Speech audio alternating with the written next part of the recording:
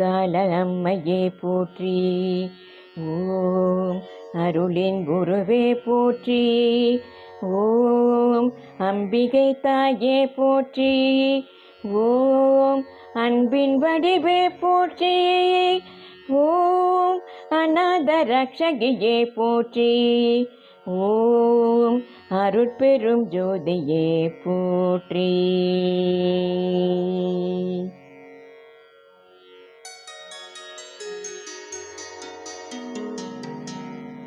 ஓம் அன்னபூரணியே போற்றி.